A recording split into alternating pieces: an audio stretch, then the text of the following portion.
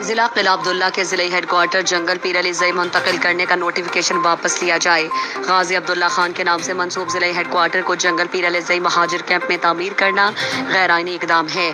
افغان قومی موومنٹ مذکری نے عمران خان پشتون یار کو اپنے بیان میں کہا کہ ضلع قلعہ عبداللہ کے ضلعی ہیڈ کوارٹر کو غیر آئینی طور پر ہائی جیک کرنے کی شدید الفاظ میں مذمت کرتے ہوئے کہا کہ ANP کے معتصب وزراء نے لوکل آبادی کو اقلیت میں تبدیل کرنے کے لیے ناروا اقدام اٹھایا ہے، جس کی جتنے بھی مذمت کی جائے کم ہے۔ ضلعی ہیڈ کوارٹر جنگل پیر علی زئی منتقل کرنے کا نوٹیفیکیشن واپس لیا جائے، بصورت دیگر سخت احتجاجی تحریک کا آغاز کریں گے۔